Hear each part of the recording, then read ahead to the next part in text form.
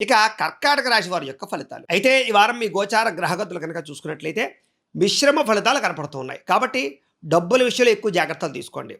ధనము దాచుకోకుండా ముఖ్యమైనటువంటి అవసరాల కోసం బాగా ఖర్చు పెట్టే అవకాశాలున్నాయి.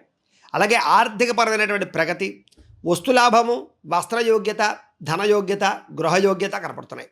బంగారపు ఆభరణాలు కొనుగోలు చేసే అవకాశాలు, బంగారంలో పెట్టుబడులు పెట్టే అవకాశాలు, భూములలో పెట్టుబడులు పెట్టే అవకాశాలు ఎక్కువగా కనపడుతున్నాయి. అలాగే ప్రకృతిని బాగా ఆస్వాదించగలుగుతారని చెప్పొచ్చు. ఇతరులకి మంచి చెడు బోధించడానికి, తప్పులు సరిదిద్దడానికి, ధర్మంగా మాట్లాడడానికి, దురలవాట్లు తగ్గించుకోవడానికి ప్రయత్నం చేయగలుగుతారు. ఈ వారం అంతా కూడా మానసిక ప్రశాంతత, అలవాట్లలో మార్పులు తెచ్చుకోవడము, ఆరోగ్యం పట్ల ప్రత్యేక శ్రద్ధ పెట్టడము, వ్యాయామాలు చేయడము, పౌష్టికాహారం తినడము, అనారోగ్య సమస్యల గురించి ప్రత్యేక శ్రద్ధ పెట్టడము చేసే అవకాశాలు ఉన్నాయి.